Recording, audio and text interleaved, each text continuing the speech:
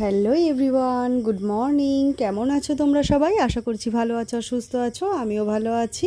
তো আমি শর্মিষ্ঠা আমার ডেইলি লাইফস্টাইল তোমাদের সঙ্গে শেয়ার করছি।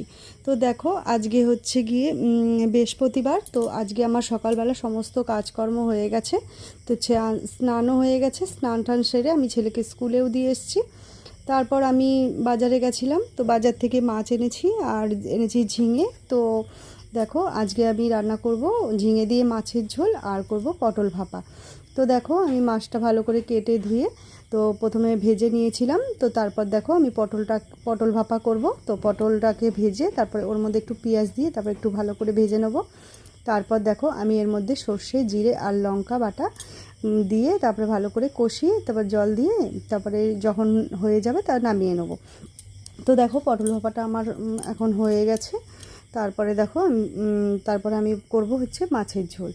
তো দেখো, এই কদিন তো শাশুড়ি মা ছিলেন, তো উনি রান্না বান্না করেছিলেন আর উনি রান্না করতে কিন্তু ভালোবাসেন আর আমরাও কিন্তু ওনার রান্না পছন্দ করি। তো দেখো, আজকে তো উনি চলে গেল সকালে। তো আমি এখন দেখো পটল ভাপাটা নামিয়ে এখন মাছের ঝোল রান্না করছি। তো মাছগুলো দেখো দিয়ে নিয়েছি আর মাছের হয়ে গেছে। তারপর আমি দিয়েছি ধনেপাতা। তো দেখো, উনুন পাটটা এখন ঝাড় দিয়ে পরিষ্কার করে নিলাম।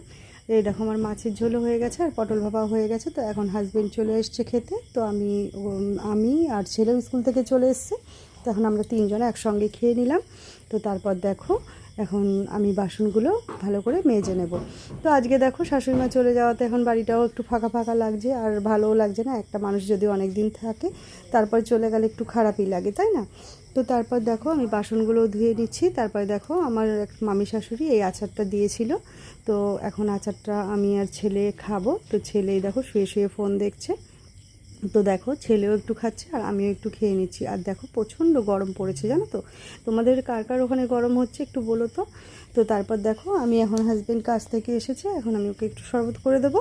তো দেখো, আমি একটু চিনিটা একটু গুঁড়ো করে নিয়েছি। তারপর দেখো, আমি একটু নুন আর লেবু দিয়ে শরবতটা বানিয়ে নিচ্ছি। তো ওদেরকেও দিয়েছি, ছেলেকে, হাজব্যান্ডকে, আর একটা ভাই এসেছিলো ওকেও দিয়েছি। আর আমিও দেখো এখন একটু খেয়ে নিচ্ছি। তো তারপর দেখো, হাজব্যান্ড এই যে একটা ঝাঁপ বানিয়েছে। তো এই জানলাটা তো আমাদের নেট দেওয়া, তো বৃষ্টি আসলে এখান থেকে ছাট আসে, তো বারান্দাটা পুরো ভিজে যায়। তার জন্য আজকে এই এই ঝাঁপটা বানিয়েছে। আর এই দেখো, আমার ছেলে দেখো কি ঘর বানিয়েছে। আবার ঘরের সঙ্গে রাস্তাও বানিয়েছে। আর ও দেখো এত পাউডার মেখেছে, পুরো মুখে দেখো সাদা হয়ে রয়েছে। তারপর দেখো, ছেলেকে এখন ভাত দিয়ে দেবো। তো ছেলে এখন বলছে একটু ভাতটা মেখে দাও। তো আমি এখন ভাতটা ওকে মেখে দিচ্ছি। তো তারপর দেখো, একটু হাওয়া ছাড়লো, ভাবলাম যে বৃষ্টি আসবে, তো বৃষ্টির তো কোনো খবরই নেই। তো তাও একটু হাওয়াটা ছেড়েছে, তাও একটু ঠান্ডা হলো।